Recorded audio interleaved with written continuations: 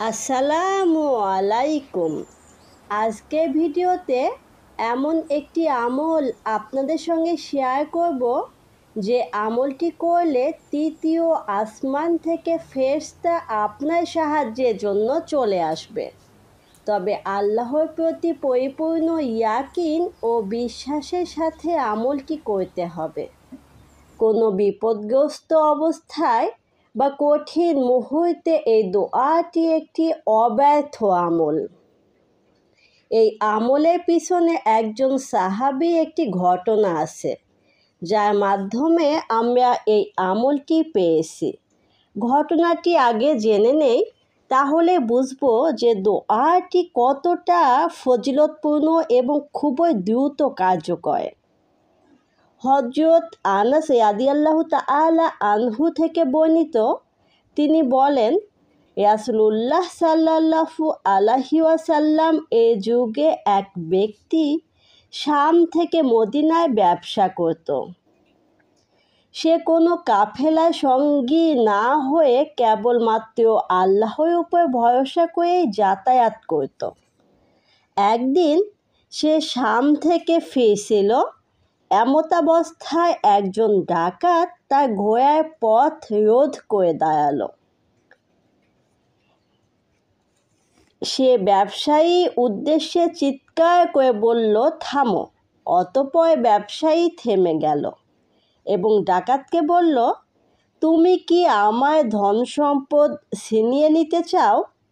তখন ডাকাত বলল, সম্পদ তো আমার, তদুপরি তোমাকে হত্যা করতে চাই।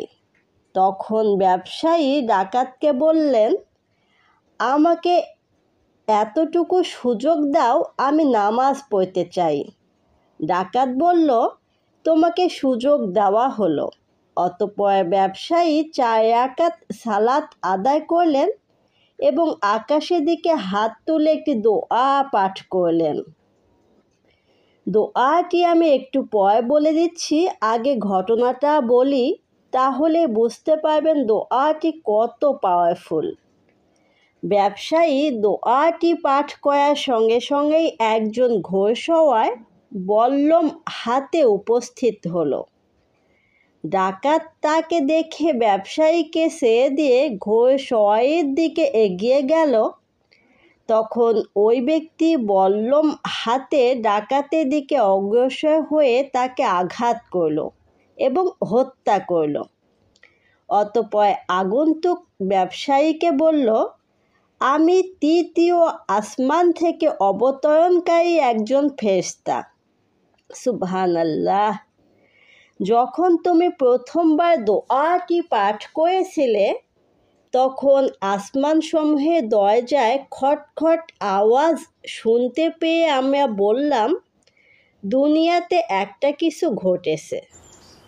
যখন তুমি দ্বিতীয়বার দোয়াটি পাঠ করেছিলে, তখন আসমানের দরজাসমূহ খুলে গিয়ে কম্পিত হতে থাকে। অতঃপর যখন তুমি তৃতীয়বার দোয়াটি পাঠ করলে, জিবরাইল আলাইহিস সালাম অবতরণ করে বলতে লাগলেন, কে আসো, এই বিপদগ্রস্ত ব্যক্তিকে সাহায্য করবে। অতঃপর আমি আল্লাহর কাছে দোয়া করলাম, আল্লাহ যেন আমাকে ডাকাতকে হত্যা করার দায়িত্ব দেন। জেনে রাখো, হে আল্লাহর বান্দা, যদি কেহ বিপদগ্রস্ত অবস্থায় কঠিন মুহূর্তে তোমার মতো এই দোয়াটি পাঠ করে, আল্লাহ তার ডাকে সাড়া দেন এবং বিপদ মুক্ত করেন। অতঃপর ব্যবসায়ী নবী করিম সাল্লাল্লাহু আলাইহি ওয়াসাল্লাম এর নিকট এসে ঘটনাটি বর্ণনা করলেন।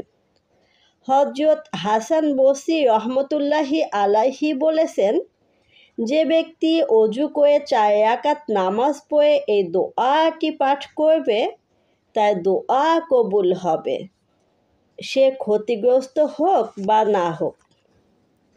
ঘটনাটি শুনে বোঝা গেল খুবই দ্রুত কার্যকর এই দোয়াটি।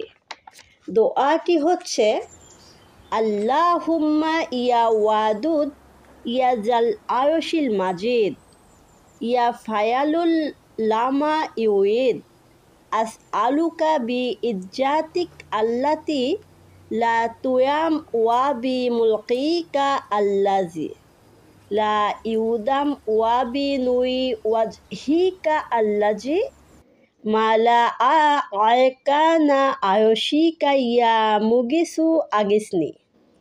দোয়াটি আমি আরবিতে স্ক্রিনে দিয়ে দিচ্ছি, আপনারা সহি শুদ্ধভাবে পড়ে নেবেন।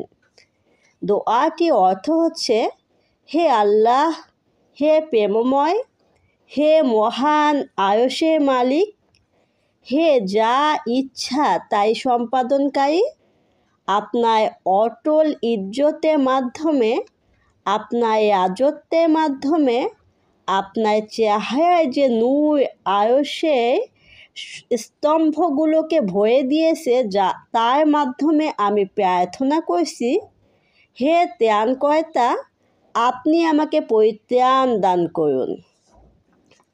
প্রিয় ভাই ও বোনেরা, আল্লাহ তাআলা আমাদেরকে সঠিকভাবে এই দোয়াটি আমল করার তৌফিক দান করুন। আজকে ভিডিওটি এই পর্যন্তই। আপনারা সবাই ভালো থাকবেন। আসসালামু আলাইকুম।